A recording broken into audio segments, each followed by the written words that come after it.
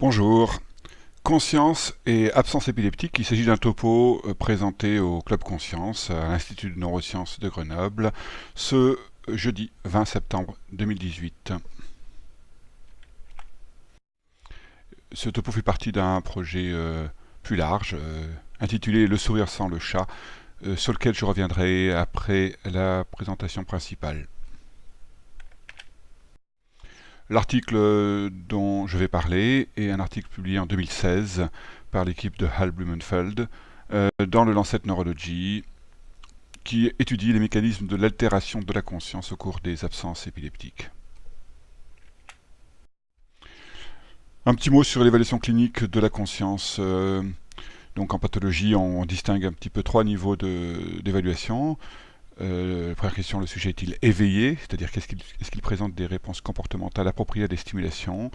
Et dans le cas du coma par exemple, l'évaluation de la vigilance repose notamment sur des stimulations aversives douloureuses. Ensuite, le sujet est-il attentif, c'est-à-dire est-ce qu'il peut organiser un comportement séquentiel, successif, ou détecter une cible au sein d'un distracteur. Enfin, le sujet est-il conscient, c'est-à-dire est-ce qu'il peut rapporter un contenu de conscience. Voilà en gros les outils principaux de la clinique. La problématique abordée est plus large, elle concerne en fait tout ce qu'on peut apprendre sur la conscience en étudiant un modèle de pathologie qui est l'épilepsie. En gros, trois types de crises s'accompagnent d'une altération de la conscience. Ce n'est pas le cas de toutes les crises épileptiques.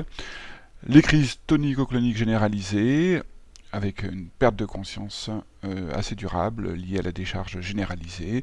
Les crises partielles complexes, qui sont des crises localisées dans le cerveau. Le plus souvent, ce sont des crises temporales et qui s'accompagnent d'une rupture de contact pendant la crise et d'une altération de la conscience. Et enfin, les absences épileptiques. Un tout petit mot sur ces trois types de crises. Le fait que il est supposé qu'elles viennent interagir avec les réseaux diffus de la conscience, y compris celles qui maintiennent le niveau d'éveil à la partie supérieure du tronc cérébral, mais aussi ce fameux réseau distribué. Pour le cas des crises partielles, j'y reviendrai pas plus tard, et l'exemple des crises temporales, cette interaction pourrait avoir lieu au niveau des structures régulatrices du niveau d'éveil.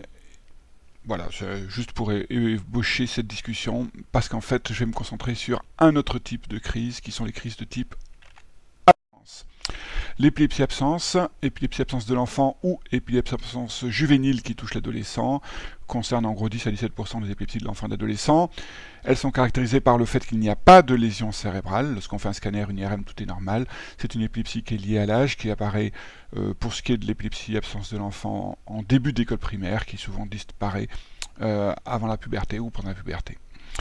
Il y a un type de crise unique, le plus souvent, 80% des cas, ce sont les absences épileptiques. Ces absences épileptiques, elles sont caractérisées par la survenue d'une décharge de pointons diffuse à 3-4 Hz sur l'électroencéphalogramme.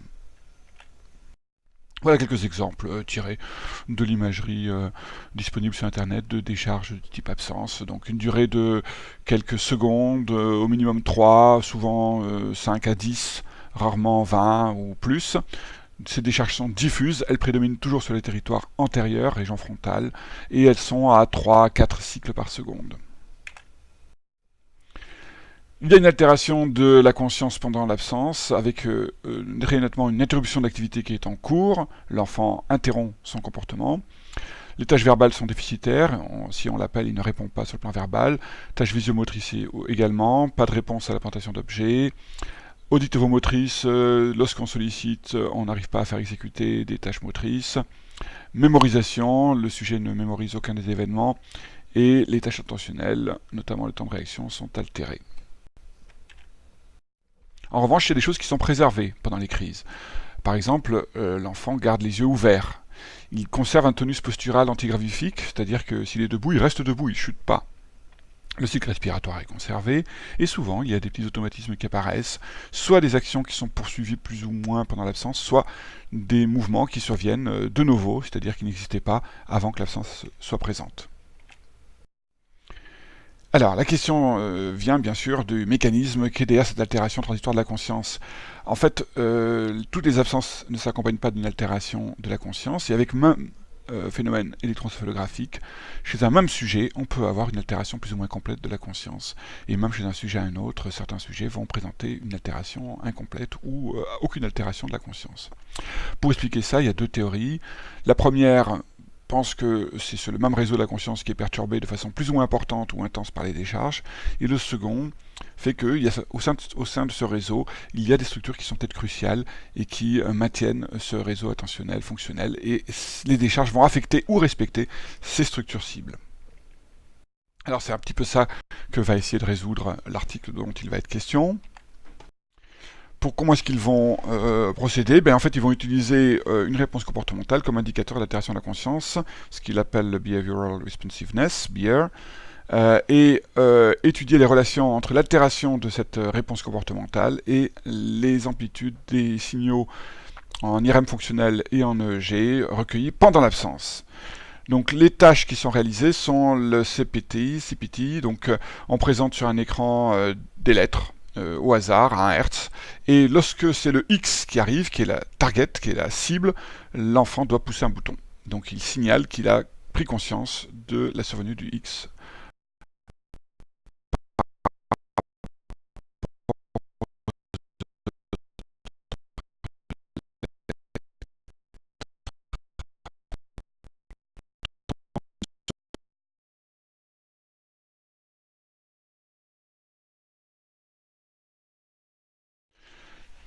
Voilà le résultat comportementaux. Vous voyez que pendant l'absence, il y a une chute des deux tests, moins importante pour le Repetitive Tapping Task, qui est quand même plus simple que le Continuous Performance Task, qui demande de monitorer la survenue de la lettre X. En fait, la répartition des performances est bimodale, c'est-à-dire qu'il y a des absences pendant lesquelles il n'y a aucune atteinte, et d'autres pour lesquelles il y a l'atteinte très importante des deux paramètres. Alors, ça c'est pour le comportement. Pour ce qui est de l'imagerie, en fait, les auteurs vont segmenter les données de l'IRMF en 3 grands réseaux. Et ils vont mesurer l'impact des absences sur ces 3 réseaux. Ces 3 réseaux sont, en rose, le réseau du Default Mode Network, donc du réseau du mode par défaut, c'est-à-dire celui qui correspond en gros à l'absence d'activité, au vagabondage mental, à l'insight, au mind wandering. Le réseau vert qui est le réseau dépendant des tâches, donc qui comprend le réseau de la science, tout ce qui va orienter vers le... je me trompe, c'est le réseau bleu, pardon.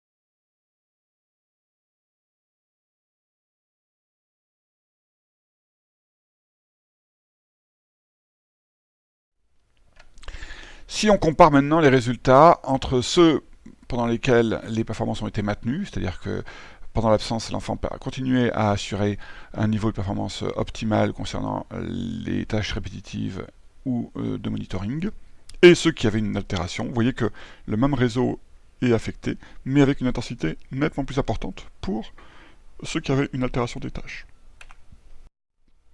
Voilà une autre façon de représenter ces résultats. Vous voyez ici le pourcentage de modification sur le signal en IRM fonctionnel.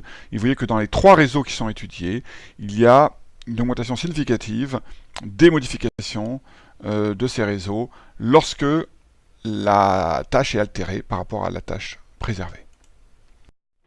Une deuxième partie de l'étude concerne les résultats EEG, et là aussi, vis-à-vis des résultats conservés ou des résultats altérés, les modifications recueillies en termes d'impact sur les fréquences, donc à 2,54 Hz et 10 à 125 Hz pour la pointe, ça c'est les ondes lentes, est beaucoup plus important lorsque les tâches sont altérées.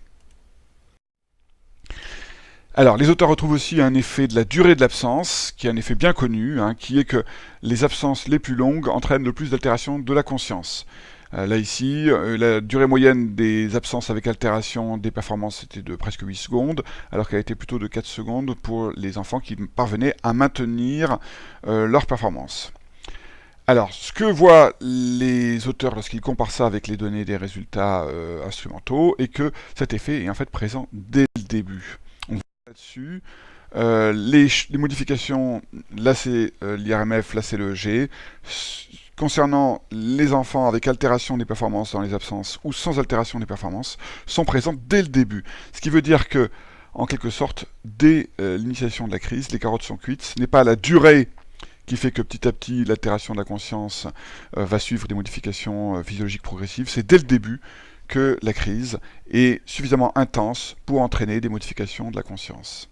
C'est un résultat assez important parce que ça renverse un petit peu ce qu'on disait jusqu'à présent. Alors, juste un petit mot à propos de l'état du projet Sourire sans le chat, qui en gros se base sur le chat de Cheshire, dont le sourire reste présent alors qu'il a disparu. En somme, le chat est absent, mais il conserve quelque chose de lui. Mathilde D'Amato a fait son mémoire de 1 là-dessus. À partir de la notion qu'on avait montrée avec Mathilde Chipot, Stéphane Charpier et d'autres collègues, qu'on pouvait encore recueillir des réponses évoquées visuelles pendant les absences, c'est-à-dire que lorsqu'un flash était appliqué à une absence, le cortex visuel pouvait encore répondre. Mathilde a d'abord fait remplir un questionnaire à des parents qui montre que la plupart des tâches à la maison sont altérées par les absences, sauf la marche. Et la procédure qu'on a suivie est de présenter pendant une absence une image non figurative, donc abstraite. Et à la fin de l'absence, Mathilde demandait à l'enfant si elle lui avait montré une image. Si l'enfant disait oui, on lui montrait une planche avec 2 images, dont celle qui a été présentée, et on lui demandait est-ce que tu reconnais cette image que je t'ai montrée. Et l'enfant, normalement, s'il se souvenait avoir vu une image, pouvait dire que l'image cible était effectivement celle qui a été présentée. La partie plus intéressante pour nous était de représenter l'image. Lorsque l'enfant disait non, je n'ai pas vu d'image, on lui représentait les 2 images, on lui demandait quelle était la favorite, et là, on espérait peut-être que le fait d'avoir éventuellement eu un traitement de l'image. Alors voilà les résultats. Les absences. Les absences s'accompagnent dans 19 cas d'une absence d'identification de présentation d'image, alors que 14 enfants répondirent après l'absence qu'ils avaient bien vu une image. Si on compare le moment où l'image était présentée, lorsque l'image est présentée dans les 3 premières secondes, on a beaucoup plus d'absence de récupération que lorsqu'elle est présentée dans les 3 secondes qui suivent le début. Par contre, lorsqu'on observe si les enfants arrêtent leur activité motrice ou continuent, on voit qu'il n'y a pas de différence selon les enfants qui ont vu une image ou pas vu d'image. Et puis, le plus intéressant pour nous, c'est de montrer que parmi les enfants qui disent non, j'ai pas vu d'image, la majorité, alors c'est pas significatif, désignait la bonne image lorsqu'on leur demandait d'en choisir une de manière forcée.